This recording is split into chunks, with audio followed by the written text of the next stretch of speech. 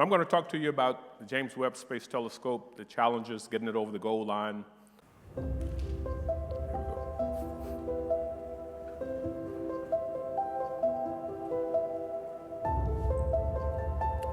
This is the final assembly building. You can see the rocket, the boosters, and the main stage there.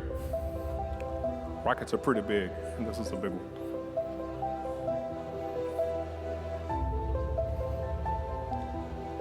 See, the telescope already made it to the rocket, to the top of the rocket. See the size of the people again? It's 15 stories high.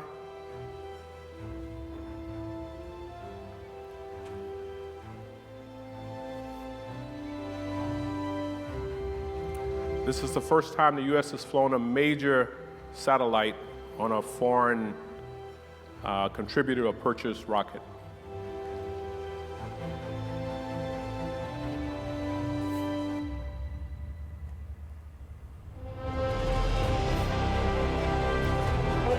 And we have engine start.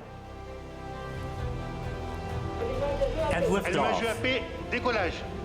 Decollage, liftoff from a tropical rainforest to the edge of time itself.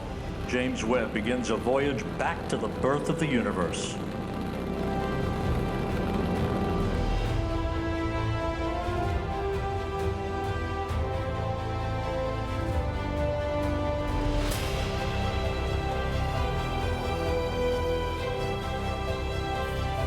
This was after separation from the rocket. That's the camera from the rocket looking up at the telescope, moving away from it.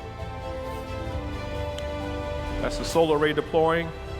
That's when we know we have what we call power positive.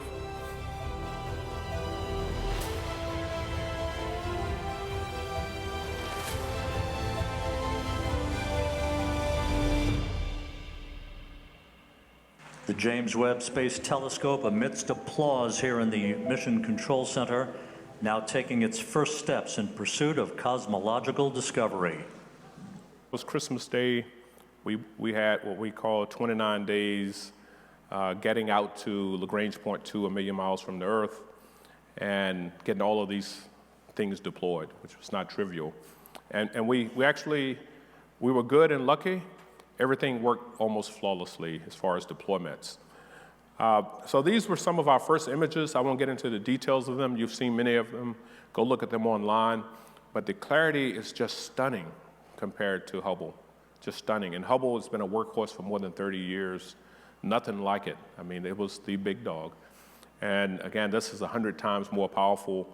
We can actually get some of these images in a matter of hours, where it takes weeks for Hubble to do, and the clarity is just totally different.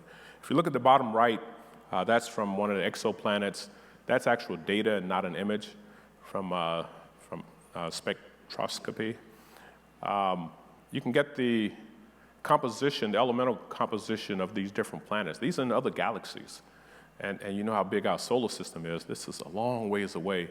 And there are hundreds of billions of galaxies, if you could just put your mind around that. And we're trying to look at 13.5 or more billion years ago, 300 million years after the Big Bang, which still blows your mind to have that kind of capability. Some more images and some since then. You look at Jupiter up there. We've never seen it like this, up close and personal. And Michael mentioned rings around Neptune. Now, we're all familiar with Saturn. We all did the grade school, middle school science. But rings around Neptune, have you ever seen that before? It just blows your mind. And just a couple of notes about the future. There are 1,000 things going on in the future, and we'll talk about your future in just a minute. So we have things looking at all-electric airplanes, planes that lower the sonic boom. For the not-so-young folks in the room, you know, we had the Concorde. It was, in addition to high cost to operate, the issue of had to slow down so far away from its destination because of the noise it made. So we're working on technology to actually lower that sonic boom, so we can fly supersonic and not have any issues. And of course, if we go all electric, it makes it even, as one guy said, gooder and gooder.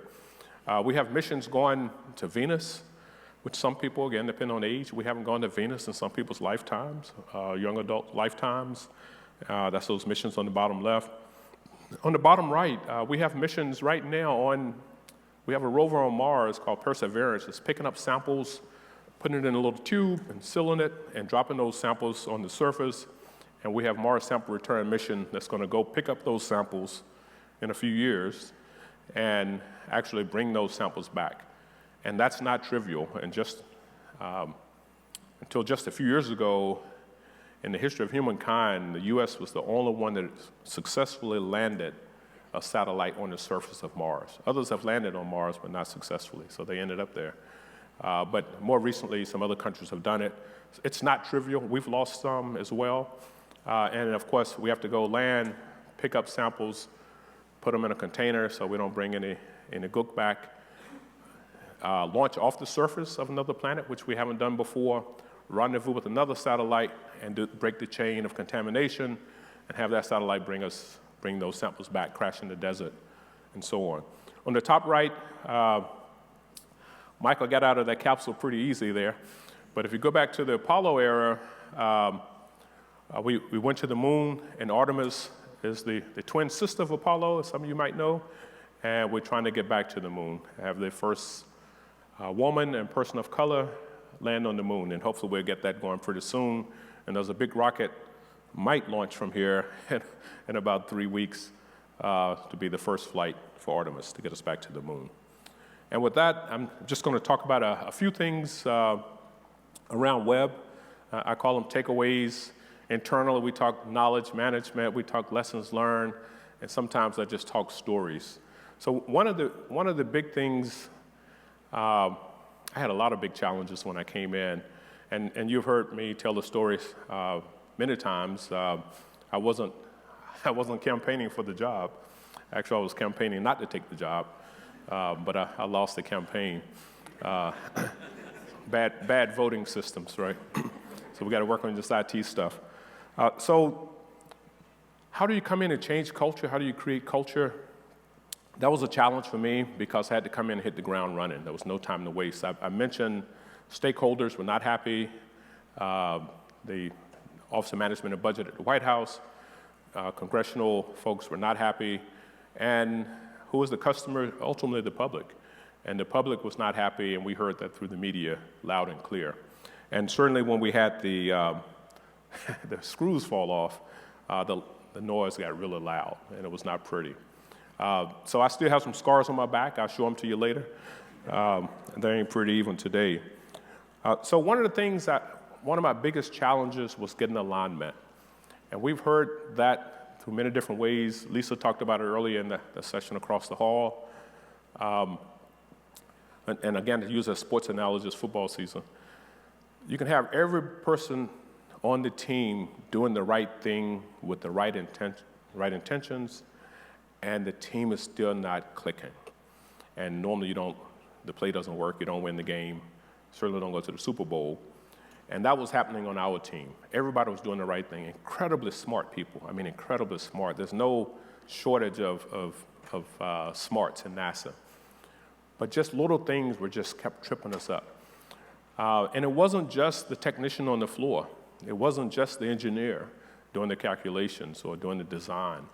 It wasn't just the program project management or the NASA administrator. That included OMB. It included Congress. Everybody was just misaligned. Our prime contractors and their leadership, not just the person leading it at the contractor, all the way up to the CEO. So one of my big jobs was to get everybody aligned. What are we trying to accomplish? Who is our customer? How do we communicate? Do we communicate data or information? Can't tell you how many times people have told me the truth and facts, and it wasn't helpful at all because it didn't have the context. So we really weren't communicating. And we had an independent review team come on right as I came on, and they were tough. They were real tough. I still credit them today with helping me out. It gave me some leeway to do some things. But the main thing was to help me get the team aligned. And it didn't take long with my many meetings at OMB. I started quarterlies, and then quarterlies with the 4 congressional committees, which would not meet together, by the way. They always met separate, and they were quite proud of that. But after a while, they realized they were getting information and not just data, and they were getting the good, the bad, and the ugly. But I always had a solution when I took them bad information. And sometimes I gave them heads up. Hey guys, we tell you this milestone is going to be this. It's changing because, and we have some workarounds. After a while, those meetings started going pretty quick. They were not contentious anymore. And by the way, they gave us everything we needed, all the support we needed, and I still thank them for that today. So alignment is critically important. Another thing at the beginning, we talk information flow, and this was a challenge with me and my boss and some others. There had to be one boss. There couldn't be 15 bosses. There's a time when you need something like that, and I'll talk about that in just a second. But I had to be the authoritative voice for the team. Now, I didn't need to be the person out there talking all the time, but I had to know what people were saying and what it meant and how they were saying it.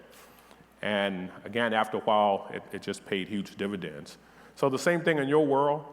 I'm sure your CEO kind of sets the stage and others talk about the same thing. But I'm sure all of that's aligned with what the CEO is trying to accomplish when you go out and talk. And after a while, it doesn't take a whole lot of meetings to make that happen. Again, you're changing cultures here where people are actually expecting that. One of the things on customer, so who is the customer? And you guys get that question all the time. I heard some of the discussions this morning. So in public sector, we say, well, it's OMB. That's the executive branch. We work for the White House. Whereas Congress, they do the authorizations and appropriations. That's where you get your budget. I say, is it really? At the end of the day, it's the public. I would say the American public, but in the case of Webb, this was really the global public.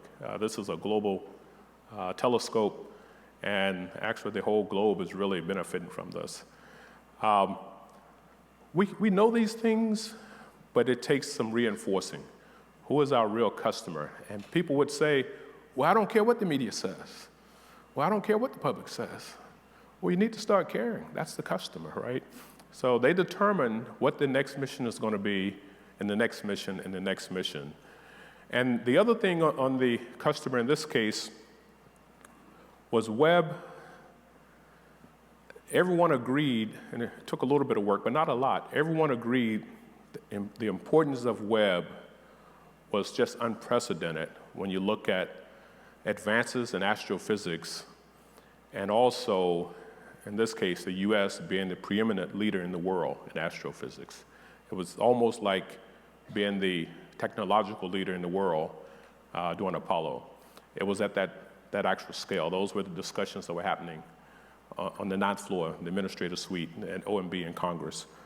And that's that customer piece that's so important. Transparency was another one. So the team that I took over was very insular. It's a huge team. Now, they were insular because they were smart. And they had been together for so long, and no one else knows this system but us. We're the smartest folks in the world. In some cases, that's true. But there are some other smart people in the world, too, just in the agency and other places. So it was a challenge, but I got them to open up to what I call fresh eyes. Sometimes when you're in the forest, you don't see those little trees all around you. So we started to bring in some other experts to help us get out of some pretty tough problems, or at the least review some of our own work to make sure we were moving forward. So when we were moving fast, we weren't rushing. And that was tough for them. That was really tough. So I called it peer review. So just a quick short story. When I was a youngster in NASA, there was a man named Mario Acuna, who's one of my mentors as well. He's long past now. And he built magnetometers. And many years ago, he was still the leading magnetometer flyer in the world. He flew more than anyone else combined in the world. And when I was a youngster, I said, Mario, you got to have some peer reviews. Some peers come in and look at your lab. And he would always laugh at me with his very deep Argentinian voice. And he said, but Greg, I have no peers. And that's the only person I truly believe at the time didn't have peers. And he actually taught many companies how to build these magnetometers. And I saw him in there doing windings with his fingers with all the calluses on there, teaching them how to do the windings on the transformers and things like that. He was really that good. But for the rest of us, no matter how smart we are, we do have peers. It's okay to bring them in. So when your coworkers have some bright ideas, or it's okay to let them in to help you out, to review some of your stuff. So performance was the other one. Again, when we're smart, certainly technical people, we like to be pretty precise. I had that problem when I was a youngster too. We don't put margin and reserve into what we're doing. And so things don't happen exactly the way you plan. It's a tough business. You guys have new products, it's tough. Some of these things you didn't expect when you run your, we call them PIN tests, I forget what it stands for.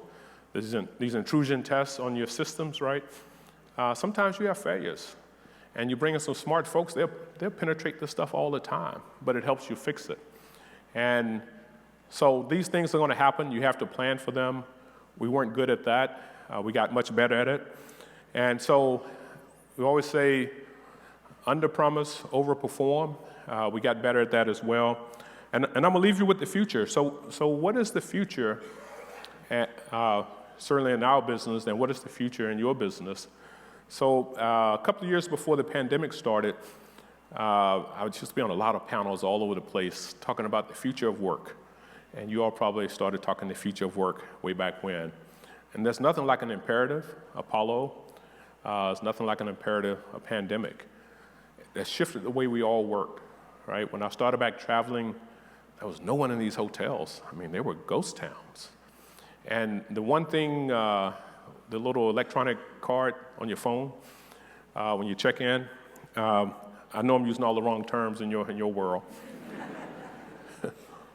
So that was one small improvement. And there were many other improvements as well. But when my wife started traveling with me again, and I would check in, I could only get it on one phone. I'm saying, what the hell is this? You guys have had a year and a half to work this thing out. And today, I don't know what the answer is, if we can do more than one or not. We can?